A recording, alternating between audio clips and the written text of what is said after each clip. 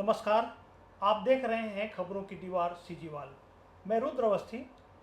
आज हम एक ऐसे मुद्दे पर बात करेंगे जिसकी चर्चा नए शिक्षा सत्र के समय अधिक होती है।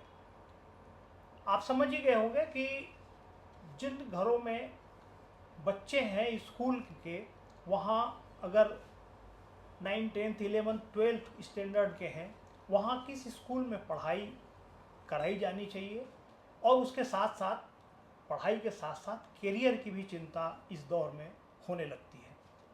ये दोनों के बीच तालमेल भी जरूरी है क्योंकि ये वक्त का तकाजा है, समय की मांग है। इसे देखते हुए इस बात पर चर्चा जरूरी है और समझना जरूरी है कि हम पढ़ाई और करियर के बीच, यानी पढ़ाई जो सामान्य स्कूल में पढ़ाई होती है और जो कोचिंग इंस्टीट्यूट हैं, उनके बीच किस तरह से तालमेल करें और किस दिशा में आगे बढ़ें जिससे हम ये कह सकें कि हम जो आने वाली पीढ़ी को हम सक्सेस या सफलता के रास्ते पर आगे बढ़ा रहे हैं। इन तमाम मुद्दों पर बात करने के लिए आज हमारे साथ हैं शिक्षा के क्षेत्र में काफ़ी गहराई से काम करने वाले आधारशिला विद्या मंदिर के चेयरमैन डॉक्टर अजय श्रीवास्तव। अजय जी, आपका स्वागत है। जैसा मैंने कहा कि ये समय लोगों को तय करने का होता है, तो निश्चित रूप से ये उनके सामने एक बड़ी चुनौती रहती है। हम आज के दौर में बहुत सारी चीज़ें हैं जिसको व्यवहारिक रूप से आप बहुत नज़दीक से देखते हैं।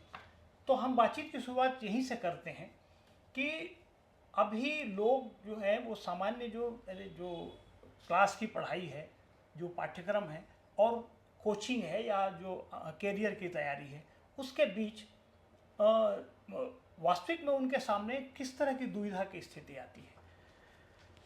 देखिए, सबसे पहले तो मैं आपने ये टॉपिक चुना उसके लिए आपको धन्यवाद देना चाहूँगा कि शिक्षा को लेके हमारे अभिभावक के मन में और स्कूल में ये बड़ा मंथन का दौर चलता है कि स्कूल ये सोचता है कि हमें कैसी शिक्षा देनी चाहिए और अभिभावक को ये लगता है कि हमारा बच्चा अच्छी से अच्छी शिक्षा पा सके।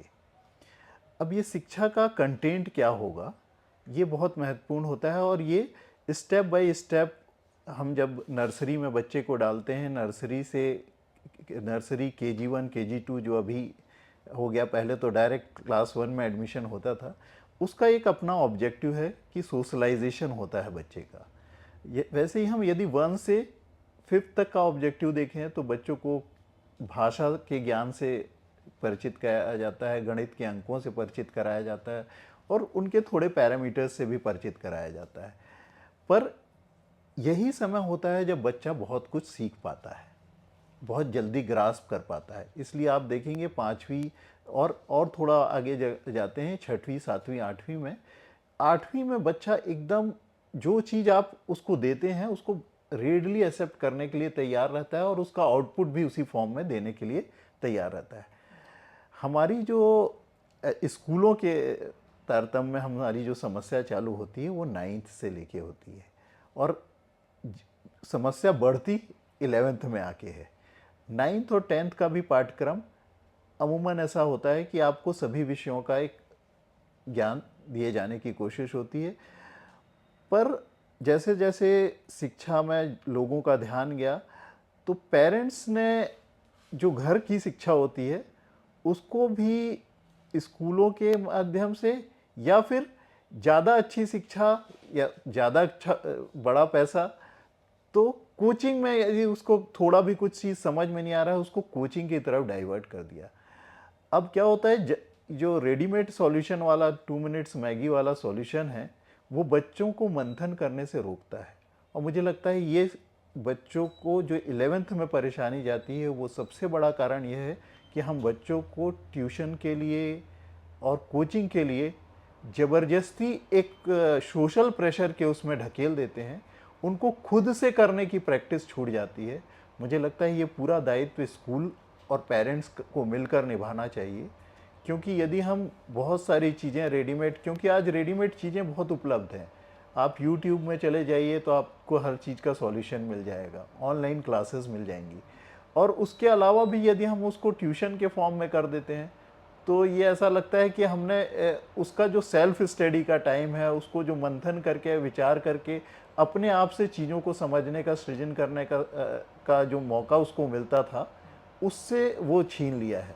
तो मुझे लगता है हमें फिर से एक साथ बैठ के सोचना चाहिए कि हम एज ए स्कूल और एज ए पेरेंट्स क्या बच्चे के विकास के लिए सही दिशा में बढ़ रहे हैं कि नहीं बढ़ रहे हैं। 9th से 12th तक की बात आपने कही, उसमें एक चीज़ भी होती है कि बच्चा जो है वो 9, 10, 11, 12 की पढ़ाई करे, उसके साथ साथ खास करके 11th और 12th की पढ़ाई करे, उसमें भी परीक्षा में पास हो, उसके साथ साथ उसको आगे करियर के लिए डॉक्टर बनना है या इंजीनियर बनना है तो नीट देना है या और भी जो इंजीनियरिंग के एंट्रेंस के एग्ज़ाम देना है, तो इसके लिए वो फिर एक शब्द आता है डमी स्कूल, ये भी एक टर्मिनोलॉजी आजकल चल रही है। तो इसका जो घालमेल है वो क्या है, ये भी थोड़ा सा ये पहली सुलझाइए ना। देखिए ये ना हमारे समाज के लिए बड़ा चिंतनीय विषय है कि स्कूल डमी हो जाए। जिस शिक्षा को हम एनसीएफ के नेशनल कैरिकुलम फ्रेमवर्क के माध्यम से बहुत सारा रिसर्च करके बनाते हैं, उसके बाद अभी न्यू एजुकेशन पॉलिसी आ रही है, उसमें भी बहुत सारा थॉट प्रोसेस है कि एक क्लास के बाद दूसरी क्लास, इवन स्कूल के बाद कॉलेज कैसा चलना चाहिए, first year, second year, third year, ये एक थॉट प्रोसेस के। अब उसी बीच में यदि बच्चा स्कूल जाना बंद कर दे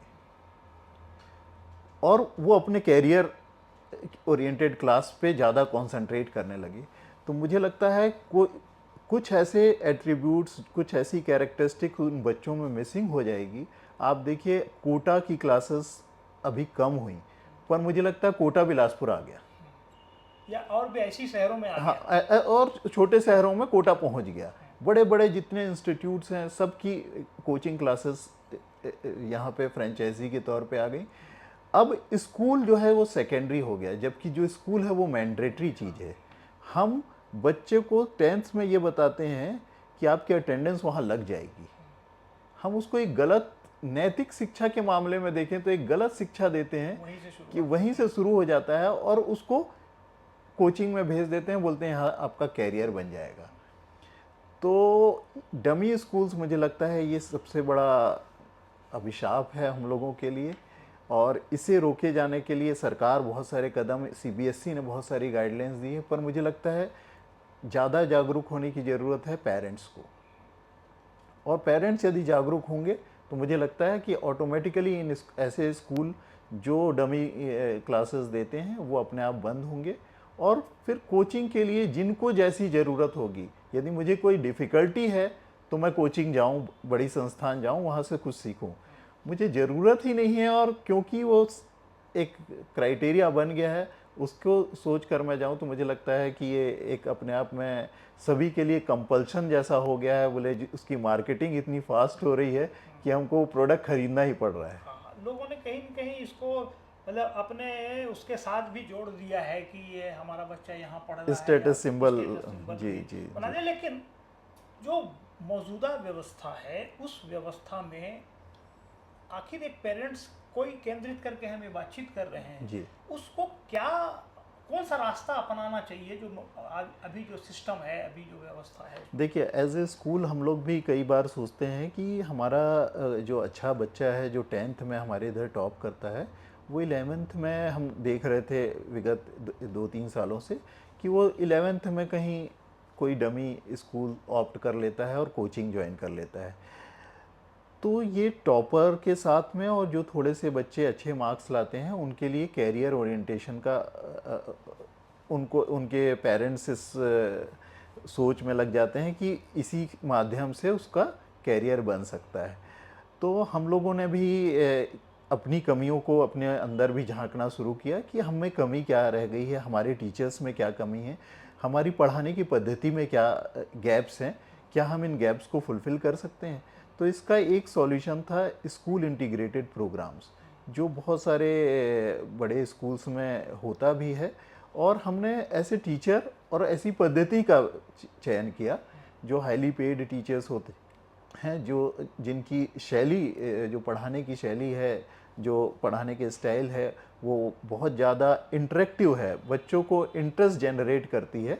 ऐसे फैकल्टीज़ को, जो टॉप फैकल्टीज़ ऑफ इंडिया के टॉप इंस्टीट्यूशन की फैकल्टी हैं, उनके साथ हमने बातचीत का दौर चालू किया और ये लंबा दौर था, करीब 2-3 साल में हम एक स्टेज पे पहुँचे कि हमें एक रेगुलर फैकल्टीज़ वैसी मिल पाई। तो अब वो ये अब जो बच्चों का जो जो कॉम्पिटिटिव भी करना चाहते हैं और अपने बोर्ड को भी नहीं छोड़ना चाहते हैं, उसको स्कूल में ही उनका जो सिलेबस है, देखिए एनसीईआरटी का जो सीबीएसई का सिलेबस है, वो पूरा ही का पूरा सिलेबस नीट और जेई का सिलेबस है। बस आपको थोड़े से कॉम्पिटिटिव एज को लेके काम करना पड़ता है। तो वही क्लासेस में बोर्ड की पढ़ाई भी हो रही है और थोड़ा से एज के लिए उनकी वो पढ़ाई कर दी जाए। जैसे फॉर एग्जांपल बताऊंगा, मॉड्यूल क्लासेस होती हैं, मॉड्यूल्स होते हैं। तो जो एनसीईआरटी का एक टॉपिक है, उसका एक मॉड्यूल होगा, उसमें कितने प्रकार के प्रॉब्लम्स आ सकते हैं। तो हमने एक टॉपिक पढ़ाया और बच्चे को उसका डीपीपी दे दिया, डेली प्रैक्टिस पेपर। यदि वो प्रैक्टिस कर पाया और उन अनसॉल्व प्रॉब्लम को सॉल्व कर पाया, तो उसकी समझ उस सब्जेक्ट के प्रति ज़्यादा गहरी हो पाएगी। और ऐसा यदि वो डेली पूरे सब्जेक्ट्स को लेके कर रहा है और फिर लास्ट में टेस्ट सीरीज़ होती हैं, तो उसको वो 2 घंटे में कितने सारे क्वेश्चंस करना है, टाइम की जो लिमिट है। तो मुझे लगता है ये प्रैक्टिस कराने का भी एक सीक्वेंस होता है, वो हमने स्कूल इंटीग्रेटेड प्रोग्राम में लाने की कोशिश की और अभी बच्चों में ज़्यादा अच्छा रिस्पांस भी है। इसका जो तालमेल है वो कितना फायदेमंद साबित होता है? मतलब जैसे आपने कहा ना कि एंट्रेंस एग्जाम की भी तैयारी हो और साथ साथ उसके बोर्ड एग्जाम की भी तैयारी हो। देखिए, मैं तो ये समझता हूँ कि ये सबसे फ़ायदेमंद तरीका है, क्योंकि आप अब सोचिए, ये एक बच्चा है जो स्कूल के प्रति भी उतना जवाबदेही है और उसको कॉम्पिटिटिव की भी तैयारी करना है। तो पेरेंट्स के माध्यम से क्या होता है, या तो पेरेंट्स उसको स्कूल भेजते हैं, जैसे 8 बजे स्कूल लगा, वो 2 बजे छुट्टी होके गया, खाना वाना खाएगा, 4 बजे से फिर कोचिंग चला जाता है, 8 बजे कोचिंग में रहता है। फिर अब उसके लिए पूरा टायरसम टाइम हो गया, उसके लिए सेल्फ स्टडी का टाइम नहीं मिलता है और वो टायर्ड भी हो जाता है। और दूसरा पार्ट होता है जो डमी स्कूल्स कर रहे हैं, कि वो बोलते हैं कि आप वहाँ मत आइए, स्कूल मत आइए, सीधे कोचिंग चले जाइए। तो स्कूल में जो सीखने की चीज़ है, कोहेसिवनेस है, 1-2 स्पोर्ट्स के पीरियड हैं, वो पूरा वो मिस करता है। और खासकर बहुत सारे स्टूडेंट्स जो कॉम्पिटेटिव, जो बोलते हैं ना, शॉर्ट ट्रिकी प्रॉब्लम्स को कर लेते हैं, पर उनके ना लेंदी क्वेश्चंस को, जो बोर्ड में क्वेश्चंस आंसर लेते हैं, वो फ्रेम नहीं कर पाते और उनका 75% नहीं आता है। तो वो कॉम्पिटिटिव क्लियर करते हैं पर बोर्ड में 75%, इसलिए वो कॉलेज में एडमिशन नहीं ले पाते हैं। तो मुझे लगता है ये दोनों का कॉम्बिनेशन बनाने के लिए ये एक बहुत कारगर तरीका है। बच्चों का समय सेव होता है, उनको प्रैक्टिस का टाइम मिलता है, वो दूसरी अपनी एक हॉबी की चीज़ को भी थोड़ा समय दे पाते हैं, जो कि बहुत ज़रूरी है। ये बेहतर भविष्य के लिए ये आपका जो इंटीग्रेटेड प्रोग्राम है, जो आप आधारशिला विद्या मंदिर में आपने जिसको इंट्रोड्यूस किया है, वो कितनी मदद करता है? मुझे लगता है ये 100% जो बच्चों का सीक्वेंस है, पढ़ने का और सीखने का सीक्वेंस है और किसी कंपटीशन को क्लियर करने का सीक्वेंस है, ये अपने आप में पूरा मददगार होगा। देखिए, एक अच्छा टीचर मिलना भी ज़रूरी है, गाइडेंस मिलना, पर सेंटर ये होता है बच्चा खुद कर रहा है कि नहीं। मैं बहुत अच्छा टीचर लेके आ जाता हूँ पर बच्चे का मन ही नहीं है, तो उसके लिए ज़रूरी होता है कि बच्चा खुद सेंटर्ड से, तो हम रेगुलर इंटरवल्स में चेक कर पाते हैं कि वो बच्चा उसकी प्रैक्टिस कर रहा है कि नहीं, उसका उसमें इंटरेस्ट जनरेट हो रहा है कि नहीं। और यदि इंटरेस्ट एक बार जनरेट हो गया और बच्चा ने खुद से तय कर लिया, तो फिर वो किसी की, मतलब मुझे लगता है कि उसका स्काई इज़ द लिमिट है। तो ये जो सफलता का जो एक पैमाना है, उसकी सक्सेस रेट जिसको बोलते हैं, उसके नज़रिए से देखें तो ये जो आपका इंटीग्रेटेड प्रोग्राम है, वो उसको कितने आप क्या कहना चाहिए कि उसको कितने नंबर देंगे आप, कि वो कैसे आप ज़्यादा उसको परिणाम मूलक कह सकते हैं, आप रिजल्ट ओरिएंटेड कह सकते हैं? देखिए, अब जब हम इंटीग्रेटेड प्रोग्राम की बात करते हैं तो हम बोलते हैं 9th से वो चालू होता है। 9th में अभी कॉमन सब्जेक्ट्स होते हैं, तो बहुत सारे आर्ट्स के स्टूडेंट भी होते हैं, जिन्हें यूपीएससी की पीएससी की तैयारी करनी होती है, बहुत सारे स्टूडेंट्स जो क्लैट का एग्ज़ाम देते हैं जिनको एडवोकेट और जजेस की तैयारी करनी होती है, बहुत सारे स्टूडेंट्स कॉमर्स बैकग्राउंड का बैकग्राउंड होता है जिनको सीए का तैयारी करना होता है। ये सब के लिए फिर कुछ डॉक्टर्स की तैयारी करते हैं, मेडिकल ओरिएंटेड कोर्स लेते हैं, कुछ इंजीनियरिंग ओरिएंटेड कोर्स की तैयारी करते हैं। तो किसका लॉजिकल माइंड है, किसका एनालिटिकल माइंड है, ये जिसका झुकाव जिस तरफ होता है वो उस सब्जेक्ट के करीब पहुंच जाता है और उसको ज़्यादा अच्छे से करने लग जाता है। तो मुझे लगता है ये यदि हम इसको ज़्यादा इसकी इम्प्लीमेंटेशन में बात करें तो मुझे लगता है ये 90% कारगर सिद्ध होता है, क्योंकि हमारा उद्देश्य केवल ये बात नहीं है कि हम बच्चे को बहुत अच्छा नंबर ले आएँ। हमारा उद्देश्य ये होता है कि वो किसी भी फील्ड में जाए वहाँ उस चीज़ को बहुत अच्छे से कर पाए और अपने इंटरेस्ट से कर पाए। तो मुझे लगता है ये एक कारगर तरीका है और बच्चों का इंटरेस्ट जनरेट करने का काम हम एसआईपी में बेहतर तरीके से कर पा रहे हैं, ऐसा मुझे। डॉक्टर अजय, हम जब बात करते हैं कॉम्पिटिटिव एग्जाम की या किसी भी एग्ज़ाम की, जितने प्रतियोगिताएं परीक्षाएं होती हैं, उसमें एक कहानी उन बार बार असफल होने वाले जो प्रतियोगी हैं उनकी भी रहती है, जो कई बहुत सी परीक्षाओं में, नीट में या आपकी जितनी इंजीनियरिंग की परीक्षाएं, आईटीआई की, आईआईटी, तो ये जो फेल होते हैं उनके अंदर जो निराशा होती है, उनको फिर से सफलता की तरफ एक हौसला देने में भी कुछ ये भूमिका अदा कर सकता है। देखिए, निश्चित रूप से यदि हम एजुकेशन को क्वालिटी एजुकेशन की बात करें तो यदि मेरे क्लास में 50 बच्चे हैं तो मुझे लगता है वो 50 के 50 बच्चे एक लेवल तक तो पहुंचना ही चाहिए। कंपटीशन में कोई फर्स्ट सेकंड थर्ड आगे पीछे थोड़ा बहुत हो सकता है। और देखिए, क्योंकि नीट में जितने भी कॉम्पिटिटिव एज हैं उसमें लिमिटेड सीटें हैं, कुछ लोगों का सिलेक्शन होगा, कुछ का नहीं होगा, पर जिनका नहीं होगा उनका ज्ञान का स्तर भी एक लेवल का होगा कि वो दूसरी बहुत सारी अलग फील्ड में जाके अच्छा कर सकते हैं। तो मुझे लगता है वो आत्मविश्वास छात्रों में खुद भी आता है कि वो सब्जेक्ट से इतना इंटरेस्ट जनरेट कर पाते हैं कि यदि उनका वहाँ एग्ज़ाम में नहीं भी होता है तो वो एक नॉर्मल रूटीन में 12th कर पा रहे होते हैं और फिर अपना बीएससी या रिसर्च फील्ड में जाना है तो उस फील्ड में जा सकते हैं। तो मुझे लगता है यहाँ पे वो निराशा वाली बात नहीं होती। जब हम ना स्कूल छोड़ देते हैं और केवल कंपटीशन करते हैं तो हमारा केवल एक ही उद्देश्य होता है कि उसी को क्लियर करना है। तो ये आप कहना चाह रहे हैं कि जो इंटीग्रेटेड प्रोग्राम है उसमें जो भी प्रतियोगी है, छात्र छात्राएं हैं, उनके जो आत्मविश्वास भी और उनकी क्षमता दोनों को के नज़रिए से आप उसको पुख्ता कर सकते हैं, ये आप कहना चाहते हैं? एकदम निश्चित रूप से जो भी बच्चे की क्षमता, तो मुझे लगता है ये सबसे इम्पोर्टेंट पार्ट है। हम जो पढ़ा रहे हैं वो बच्चे किस क्षमता से उसको ग्रहण कर रहे हैं और वो देखिए क्षमता भी इस पे डिपेंड करती है। कई बार होता है मेरे अंदर में एक इंट्रिंसिक जो मेरे अंदर की क्षमता है, वो जो चीज़ मुझे अट्रैक्ट करेगी ना वो उसको मैं ज़्यादा, जैसे मैथमेटिक्स, यदि मैं खुद मैथमेटिक्स बैकग्राउंड का है, मैं बाकी सब्जेक्ट को, केमिस्ट्री को उतना इम्पोर्टेंस नहीं देता था, लेकिन मैथमेटिक्स करने में मुझे मज़ा आता था। तो कई बार होता था कि मैं अपने जो स्टडी आवर्स हैं सबसे ज़्यादा टाइम मैथमेटिक्स में दे देता था।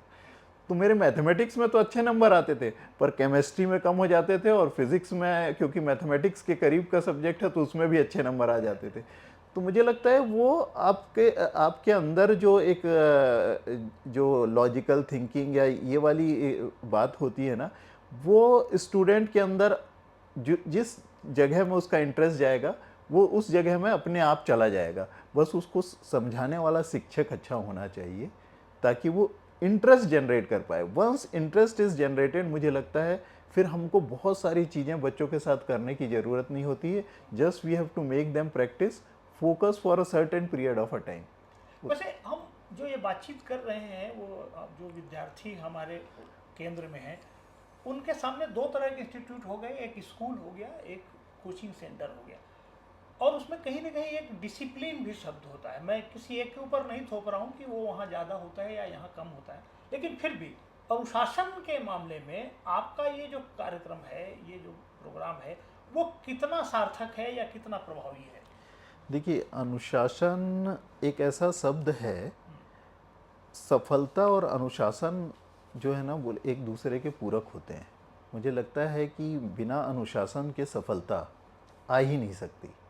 मतलब जो बच्चा कोचिंग में भी जा रहा होगा, यदि वो अनुशासित नहीं होगा तो उसका रिजल्ट वैसा नहीं आएगा। स्कूल का प्राइम फोकस या बोलते हैं प्राइम रिस्पॉन्सिबिलिटी ही बच्चों को अनुशासन में रखने की होती है, अनुशासन सिखाने की होती है। तो मुझे लगता है स्कूल, कोई भी स्कूल हो, यदि वो उसका बच्चा कोई भी ऐसी चीज़ें करता है तो या तो वो स्कूल उसको प्राइमरी स्टेज में अपने स्कूल में या फिर पेरेंट्स के साथ मिलके उसको अनुशासित करने का प्रयास तो स्कूल करता ही, वो उसकी प्राइम रिस्पॉन्सिबिलिटी है। तो मुझे लगता है वो स्कूल वो जगह है जहाँ पे हम अनुशासन के साथ में उसकी योग्यता के अनुसार उसको ट्रेन कर पाएँ। और मुझे लगता है ये फिर से मैं कहूँगा कि जो स्कूल इंटीग्रेटेड प्रोग्राम है वो बहुत सहायक सिद्ध होगा, क्योंकि बच्चों को हम एक लाइन प्रोवाइड कर दे रहे हैं, बाकी उनकी इच्छा होती है, उनका इंटरेस्ट होता है और उनका फोकस होता है कि वो कितना आगे बढ़ पाए। अभी हम चारों तरफ देख रहे हैं, हमारे पास कोचिंग का भी मॉडल है, स्कूल का मॉडल है, जैसे डमी स्कूल की भी चर्चा हुई। तो इस बातचीत के करीब आखिरी दौर में हम पहुंच रहे हैं। मुझे जिज्ञासा मेरी ये है कि आपका जो ये इंटीग्रेटेड जो प्रोग्राम है वो जो कोचिंग के मॉडल से और बाकी जो अभी हम चारों तरफ देख रहे हैं उससे भिन्न कैसे है, फ़र्क कैसे है उसमें?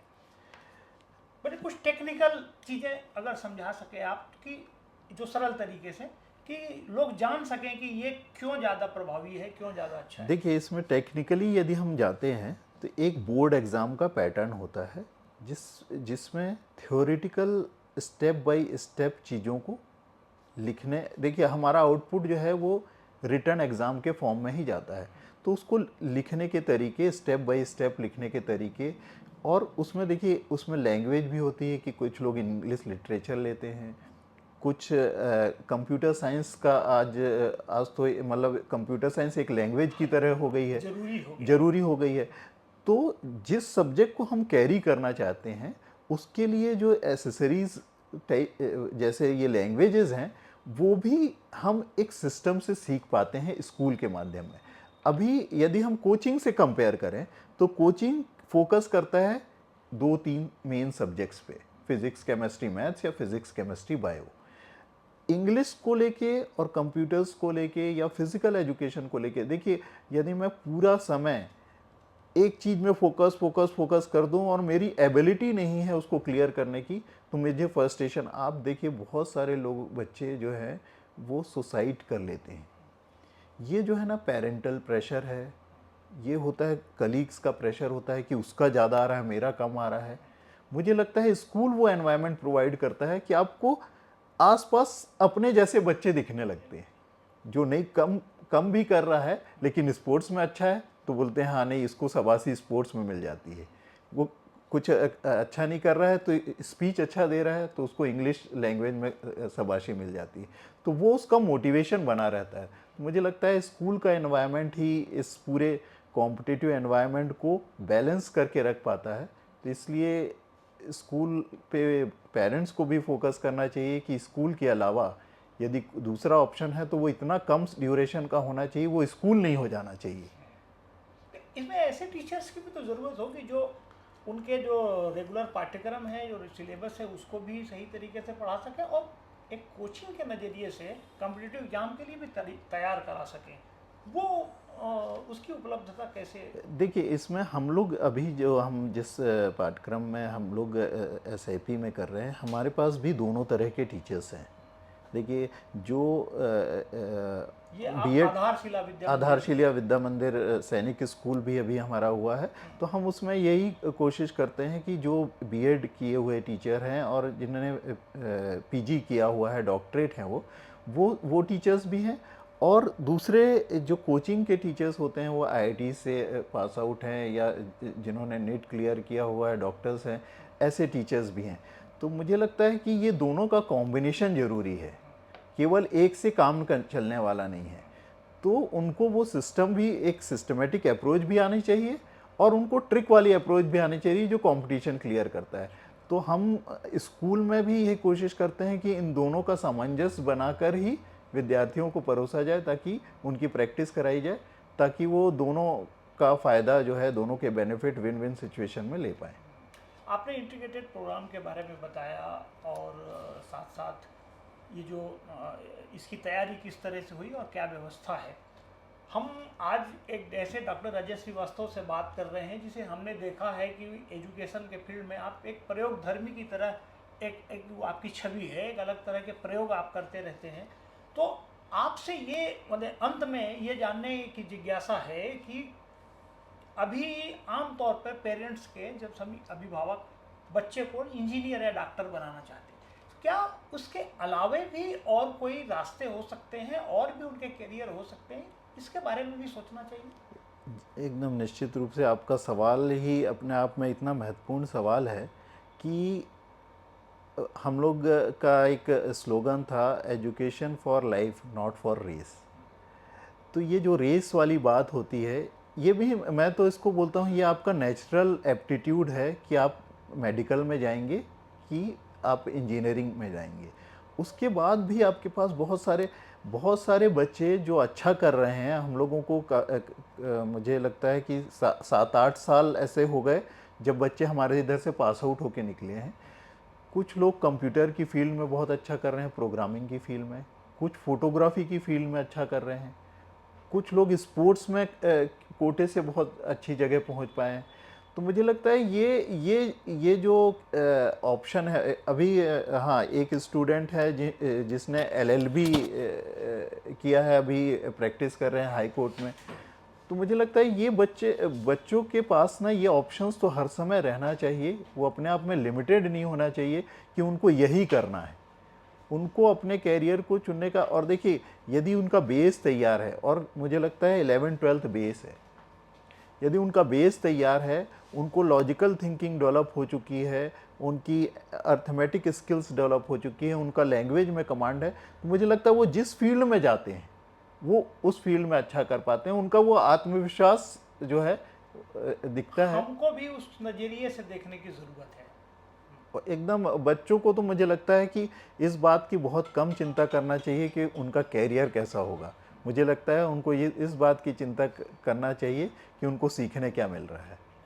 बहुत अच्छा। डॉक्टर अजय श्रीवास्तव आधारशिला विद्या मंदिर के चेयरमैन हैं और उन्होंने इस कैरियर और जो सामान्य पढ़ाई है उसके बीच किस तरह का तालमेल हो, इस संबंध में हमारे बहुत सारे सवालों के जवाब दिए।